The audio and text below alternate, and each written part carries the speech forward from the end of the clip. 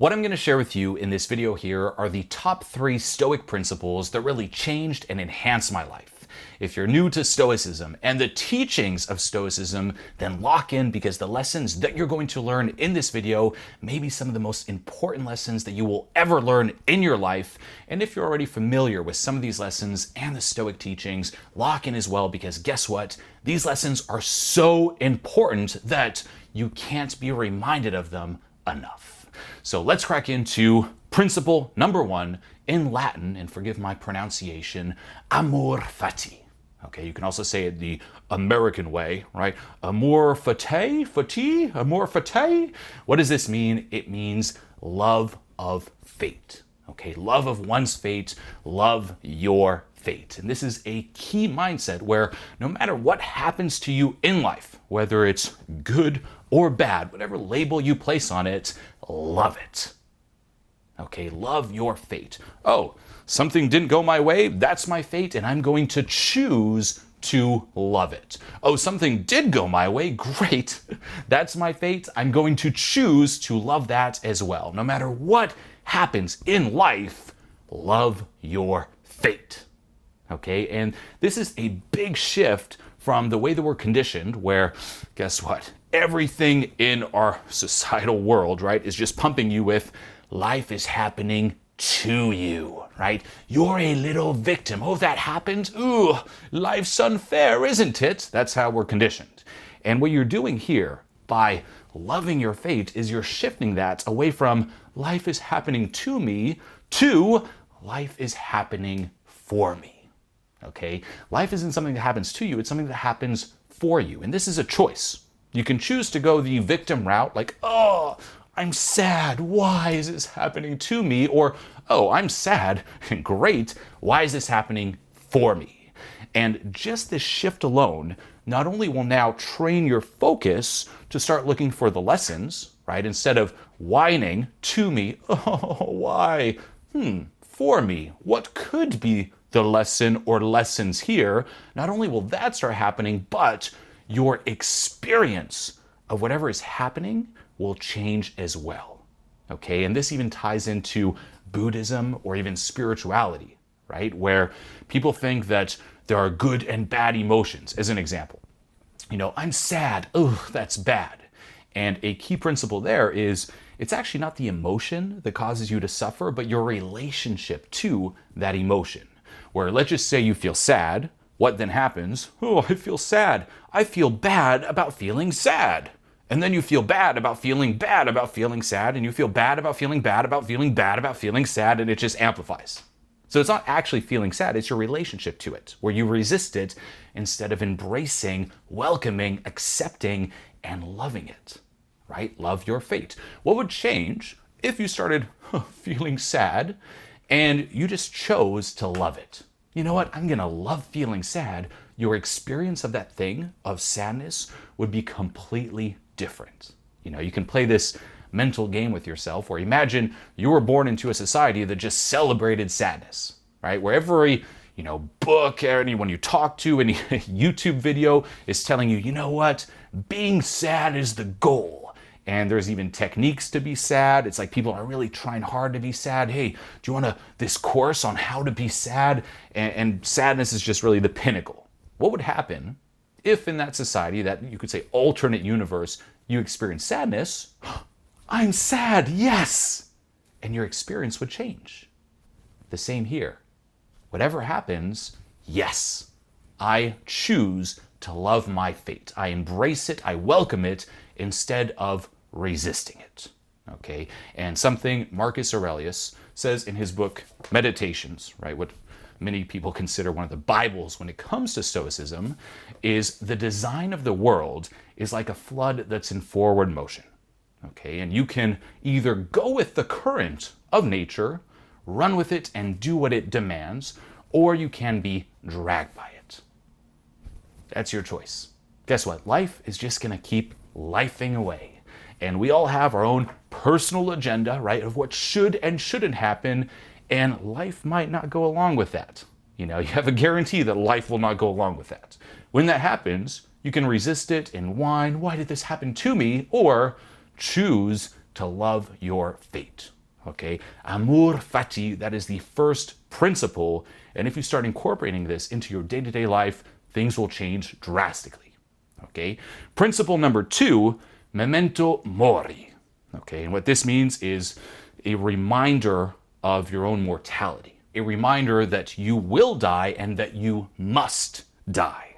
Okay, and this here is also something that has completely changed my life, just reflecting on my own mortality, right? The fact that no one lives forever, the fact that no one here gets out alive, right? This is actually a Jim Morrison biography. I read this over a decade ago, and when I read it, it's also lyrics in a song of his. I thought it was great. It's like, oh, this is a good biography, and I would always ponder, like, okay, it's the lyrics, but what do you mean no one here gets out alive? I guess that's true, right? We're all, born in this thing called life, yet none of us, no matter what we do, get out alive, right? We all end up in the same place. In the end, we all die. You can try to survive as much as you want. Hey, your one guarantee, you're gonna die. You can try to accumulate as much money, as much success as you want. Your one guarantee, you're gonna die. And this here can sound very scary and depressing, right? Like, ooh, reflecting on your own mortality, that's not very pleasant, right? Reminding myself that I'm gonna die and must die, that's kind of grim, no? But that's missing the point, okay? Reflecting on your own mortality and reminding yourself of that, number 1, isn't scary. What's scary? Not doing that. Okay, this isn't scary, it's realistic. It's aligning yourself with reality. The fact that your time here is very finite. There is a limit. You think you have forever. There is a limit. And another perspective to sink into here is ask yourself, would things change if you found out that you had a disease that was going to kill you? Right? It could kill you today. It could kill you tomorrow. It could kill you a year from now. It could kill you 40, 50 years from now. But you have a disease that's going to kill you. Would something change? Because guess what? You do have a disease that's going to kill you no matter what. There is no cure. It's called being alive. Being alive is going to kill you eventually. That's a guarantee. Align yourself with that reality. My own mortality. Interesting. And what this actually does is brings up a lot of authenticity into your awareness and brings a lot of meaning and purpose into your life, right? Instead of, oh, you know what, I'm going to sell out for this. I'm putting off my dreams. Oh, they have all the time in the world. Hey, you're going to die. Oh, wow, my time is limited. I better not take any second for granted. Little things that you might think matter, like, oh, the person's opinion, you're going to die. Oh, I don't have the luxury to worry about that. They cease to matter. Okay, it's very illuminating to reflect on your own mortality. I even have a whole meditation, a guided meditation that I personally do every 3 to 4 weeks where I sink into this perspective. What if I were to die today? How do I feel about my life? Are there any regrets, right? How do I feel? Is there something where it's like, oh, I wish I would have said that. Wish I would have done that. Oh, I thought I had more time. And it just always reminds me, like, ooh, what is authentic, and realigns me with that. Okay, so it's not scary. It's aligning yourself with the reality, and it's not depressing or grim either, because guess what? We think, right, we want to live forever, but who wants to live forever? Think about it. So you had all the time in the world, it would really take away from the richness and depth that is life. The fact that there is a limit, the fact that there is a certain amount of scarcity actually amplifies our experience here alive. Think of it this way. Say someone gave you a bite of your favorite food, whatever that is. You just have one bite, and you're told this is the last bite of food that you will ever have. That's it. What would change in your experience of that bite? If you had all the time in the world, you could have it again and again and again. You'd be like, okay, next bite, next bite. My last bite? You would savor it and remember that moment. It'd be so rich and so dense. You'd really take your time and immerse yourself in that bite, right? Same with life. My time here is limited. Let's really immerse ourselves here and let's milk this experience, every drop that it's worth. Okay, memento mori. And something Seneca actually says in his book on the shortness of life, which I have the digital version, but here's another really good one of his. Okay, Letters from a Stoic. Highly recommend checking this out. He says, he who fears death will never do anything worthy of a living man. But he who knows that this was the condition laid down for him at the moment of his conception will live on those terms, and at the same time he will guarantee with a similar strength of mind that no events take him by surprise. And that's also just so key, right? You hear all these people who arrive at the end, right? It's like, oh, and they're filled with regrets. They look back on the life that they lived like, oh, I wish I would have allowed myself to be happier, to do this, to pursue my dreams, to tell this person that I love them, that I care about them, etc., etc. Don't let that be you. By living with death on your mind, not in a scary or depressing way, in a realistic way, when you eventually arrive there, you will look back on your life and just be like, that's right. Milked it for everything that it's worth. No regrets here. So that's principle number 2. And lastly, tying in with memento mori, principle number 3, carpe diem. Okay, carpe diem.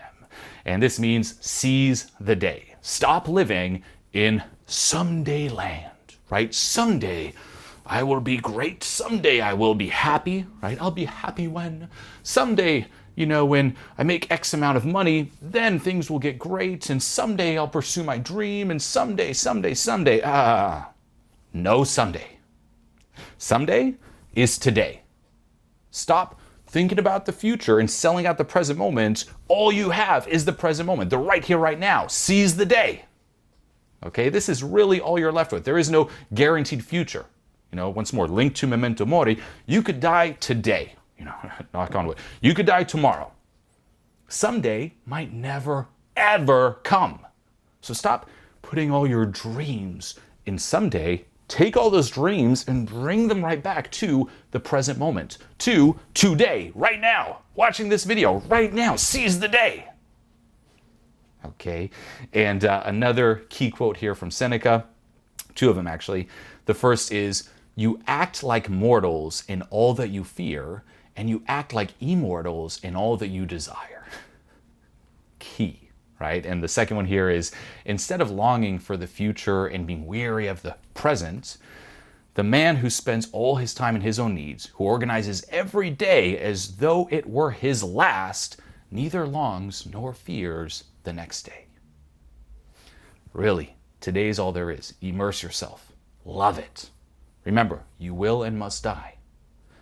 Love your fate, hand in hand, and stop putting all the stuff in the future in someday land. Someday land will never come. And not just that, but the more you live in someday land, the more you addict yourself to that, and you're just going to keep putting stuff in someday land. Even if you eventually reach that someday point, there will be a new someday land. Okay? Carpe diem, seize the day. Remind yourself of these 3 principles. Your life will change. And if you want to go even deeper, and this is what I personally realized because I love so much of this, but reminding myself of it simply wasn't enough. You also have to dive deep into your subconscious, into your past, different experiences that happened, and let go of everything that is pulling you towards the opposite, right? Okay, love my fate. Easier said than done. Let's dive into and let go of what's keeping the resistance to my fate and the fact that I'm not embracing everything alive. Okay, the same with the death meditation that I do. Letting go really complements this, and this is why I love this so much. Okay, I love not everything, but so much of Stoicism. Tie it in to letting go. Gold. Like, this program is such a game changer. The way everything's structured and the material, it's been already, even for me, I'm noticing a crazy change in the way that my whole life's like playing out. What you put together is just incredible. There's nothing like that. I've just jumped like a million levels. It's just been a complete 180 for my experience of existing. That's awesome. It's just been so huge in terms of so many of the things I'm finally understanding and realizing and epiphanies I'm having. What you do is a huge inspiration to me, and I think it's one of the most beautiful things you can give to another human in this entire world. You saved my fucking life, man. I'm telling you, this is real, man. Sometimes all it takes is just one person who believes in you. Find people who are where you are in life and model them, work with them. I would not be here if I didn't have people who held me accountable. Wow. I just felt a click and things are changing. This program was just top notch. Seriously, like this is a masterpiece. This is perfect. Everything, the way it's set up, the live calls, like all the support from the coaches is incredible. It's been nuts. I just had my tears of joy. This was the best decisions I ever made. Thank you for creating something wonderful like this. This program was phenomenal. This program was amazing. This program has definitely changed my life. I know for a fact I'm in the right place. This is exactly what I was expecting from the program. It's been spectacular. I feel really lucky to have found you. Thank you so much, Julien. It's worth every dollar.